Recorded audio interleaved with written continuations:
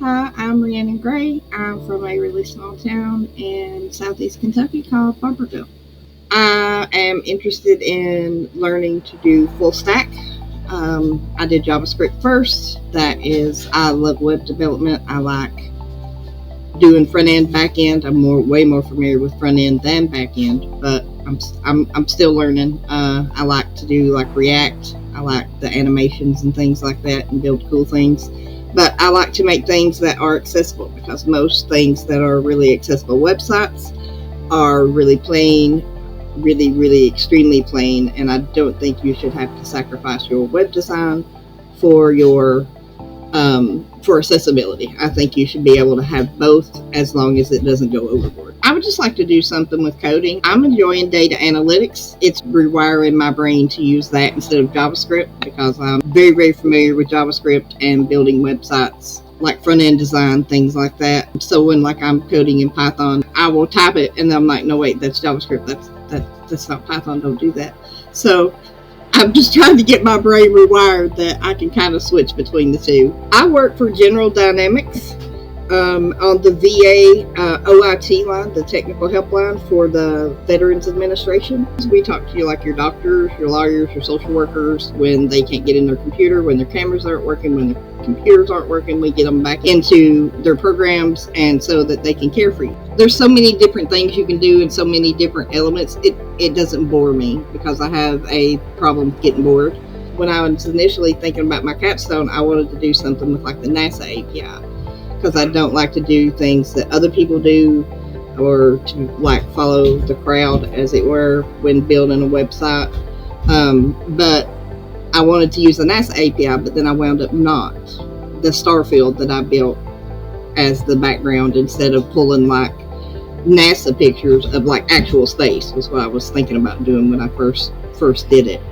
And then I didn't. So when I would get frustrated with it or aggravated with it, what I would do was I was like, I'm just going to build something that uses it. So I just started looking at what I could do and going through because NASA has like on their API page has like 12 or like 15 different ones and they all do like different things. And some of those overlap, but some of them don't. And they all have to be formatted differently. And I just started building and solving problems, and I'd be like, I don't like how that looks, and I would change it, or just different things like that. But my biggest thing was I wanted the background to be like you were in space, and I wanted it to be interactive, and that's why you got those cool little particles on the main page that interact with like the mouse and wrap around and stuff. Like I said, I wanted to build something with a NASA API, something that you could pull. And I mean, it's not done. It's done enough for my first pass. I've kind of took a break on it for right now, but I wanted to build like a 3D like planet viewer, like where you could click the planets, they would rotate, they would have the textures, but then I also wanted like the space events, like what goes on in space, like when they happen. I hope to add like like falling stars or other significant space events other than like the geomagnetic storms or the solar flares.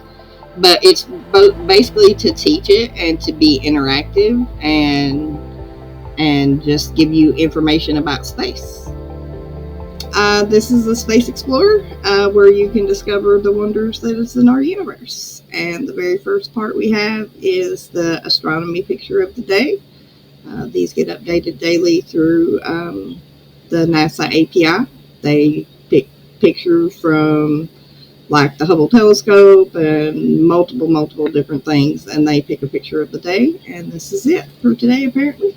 The Da Vinci glow around the moon. Then this part here is details space events, solar flares, impact. It's got the date when they are, have they passed, are they present, future, geomagnetic activities, and coronal mass ejections. For this was simple JavaScript for the 3D elements and things like that. I use 3JS. That's about it. A little bit of React, but that's mostly 3JS, just with the animations. And then the last thing we have is the past space missions, current, and upcoming ones that are known. Like I said, accessibility doesn't have to sacrifice design. You just maybe have to spread it out a little bit to include the design without making it so busy that people that have issues with that kind of thing, while it is, a black background with all these particles, it is accessible. But this is the part that's really cool. This is where the 3JS came in. We got all our planets. They're in a diagonal because they won't all fit on the screen. They're relative size, on our screen, and they also rotate. You can stop that, and you can pick them up. You can rotate them. It pulls the NASA data and the information about each planet. It has the ray casting. They return to the rotation after you let go of them. You can also do it up here at the top, and you can reset it, and you can set it to auto rotate or not. I included Pluto. When I grew up, Pluto was a planet, so I included it. The textures, there's actually a repo on GitHub that has all the textures, but what I had trouble with, not just the textures, but I had issues with the lighting, like the ones that are like the lighter planets, Uranus and like Pluto, how they're like really light. I had to adjust the camera and the shadows to get them to display like the color, but these are the actual textures from the open source GitHub repo. For a while there, they were all gray, like I couldn't get the texture to display, and I finally figured out how to get it to pull it correctly. Can't remember if I wound up putting them in the VS Code or not, but I think they started pulling and I got them, and then it was just a matter of adjusting like the camera angle and lens and the angle of the light so that you could actually see. This is not just a gray texture, it is it actually is what it's supposed to look like, but they've been made like super huge, and then it wraps completely around the sphere so that it looks like a 3D rendering of it. They were like a bitmap maybe, but I had some issues with that, and that took a while to work out. All this comes from like the NASA API. Like I said, NASA has like 15 different ones that you can pull from to tell you the information, like Jupiter's a gas giant, its diameter, its mass, its gravity, its rotation. What I hope to do in the future is put like a button here, and I want to take the moons for each planet and have them in the same kind of thing, but like where you can hit a button and like the moons of that will pop up and give you the information and show you the rotation and that kind of thing. The particles, I wanted it to look like you were in space, and it was like space dust. It's its own module, and it's built on a canvas, and I had to make them glow and their velocity, and they do wrap. So like if you leave your mouse like sitting here, they will literally congregate on it until you move your mouse, and then they will shake all over the screen. We set that up in Canvas. Then you've got your event listeners for your mouse movements, and then you create the particles. And I just tried to like randomize it. That's what I did. I tried to get it to where like they weren't, they wouldn't all congregate in one place. They will if you leave your mouse there, but they won't normally. So I wanted it to be kind of like, interactive, I guess, like even just on the background. And then when you did the screen wrap, they pulse a little, not much, just to make them that glow kind of a prominent feature of them. And I wanted to keep them like a uniform, like series of colors like you would see in space, like in nebulas and things like that are in the outer part of space. And then we just did the animate, and then they does it, and then that's the cleanup for it. So I built that. This was a pain. This was painful. This was very, very painful, and a whole lot of just changing small numbers and points and going, I don't know if I like that. I don't know if I like that. And then I finally got it to where I wanted it. But yeah, I keep their colors, their glow and everything. I tried to keep everything uniform, I guess, like in a theme. I'm bad to decide on the theme before I ever decide what I'm going to build, and then I take what I'm going to build and I make it fit my theme. This is the particle system. Like I said, I chose the colors, kind of kept them pretty much uniform. The canvas, event listeners, creates the particles, draws the particles, their velocities, their pulse, their path, and then they kind of, they're not all the same size. Basically, there's different sizes that I wanted them to be, like the colors of like nebulas and things in space. I did research on that. They work with the mouse move, and then it does that. But this is the regular HTML that has all of the APOD sections and all of these, the scrolls and things like that. But the exploration, the planet exploration, it has its own HTML. So like I said, it's not just the one HTML or one CSS, it's both. But that's its own HTML, its own CSS. They are both. This one is very large because I wanted all my buttons, I wanted everything to fit the theme. That was where we do the API pull. I just left my key in there because, like I said, I don't have this anywhere but just on my site.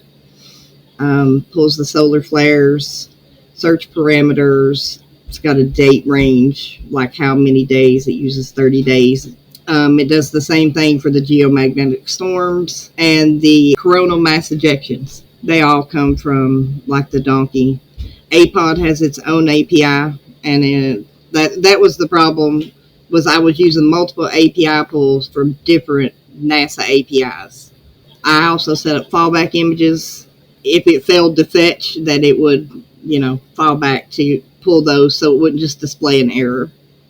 Like I said, NASA has it set up, and it shows like exactly what you have to search.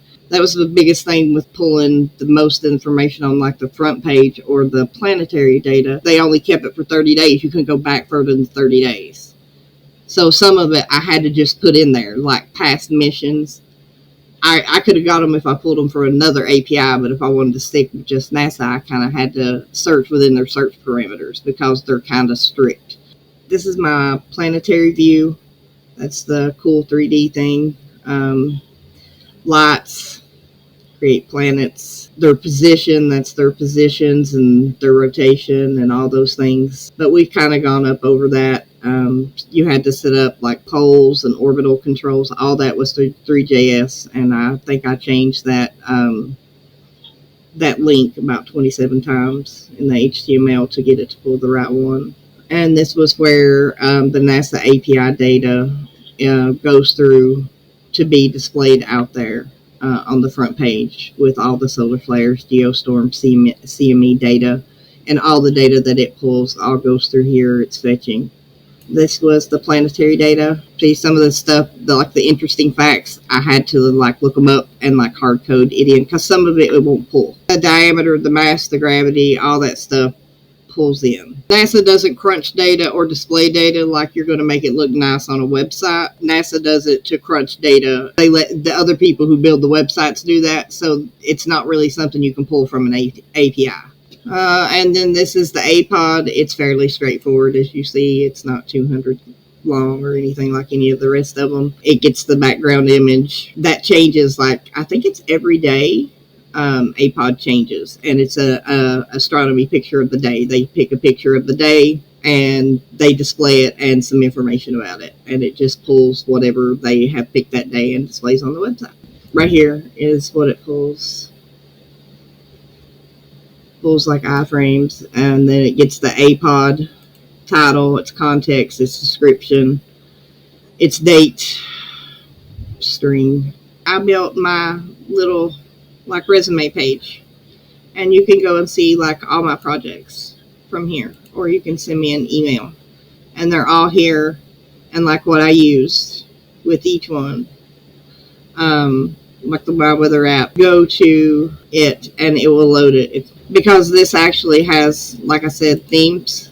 You can actually go to, if you click on their view code, it will open up to the repo to it, to where you can see everything. And look at the code if you want to. And I did that for all 4 of them. You can go to here, and when I created this, I made them all subdomains. So, see, this background is kind of similar with my moodscapes, except there's fallen stars, and it's an actual star field instead of particles and things like that. So, that's about it.